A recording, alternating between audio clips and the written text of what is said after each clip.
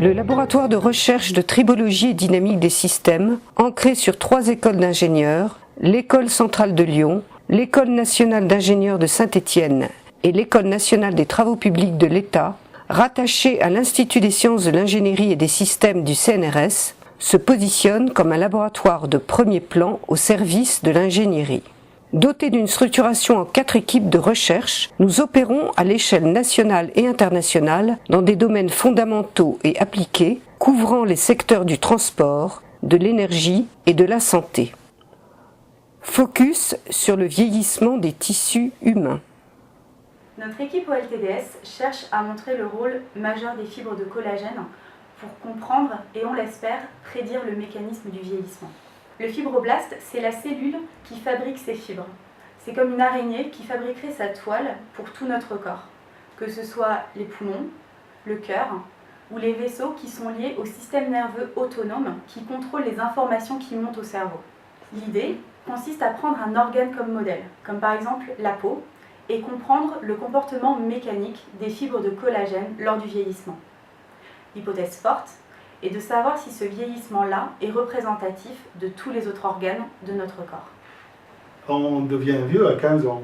Et dans notre activité, le moteur de compréhension de ce phénomène, c'est les protéines qui sont la base de fabrication, par exemple, naturelle des fibres de collagène et d'élastine, qui sont majeures pour notre organisme et qui sont le précurseur de ce qu'on peut appeler l'élasticité ou la rigidité d'un organe.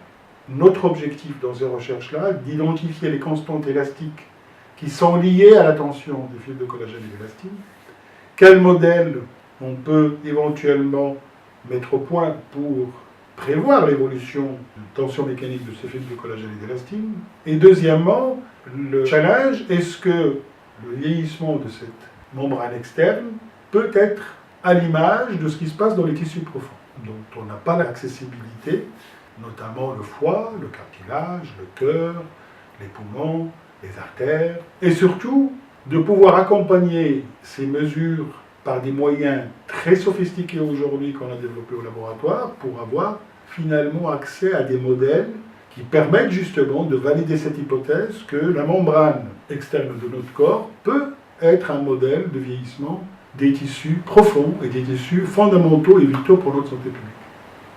La peau, finalement, c'est comme un parapluie. Quand on l'ouvre, il est tendu par toute l'armature. On peut imaginer cette armature comme des fibres de collagène qui constituent verticalement et horizontalement une charpente. Si quelques fibres commencent à se détendre, la peau perd alors sa tension et se fripe. Dans les autres tissus, il en va de même. Ce qui assure le soutien mécanique pour que les tissus restent suffisamment élastiques, c'est ce que font les fibres de collagène et d'élastine. C'est un spectacle harmonieux, extraordinaire.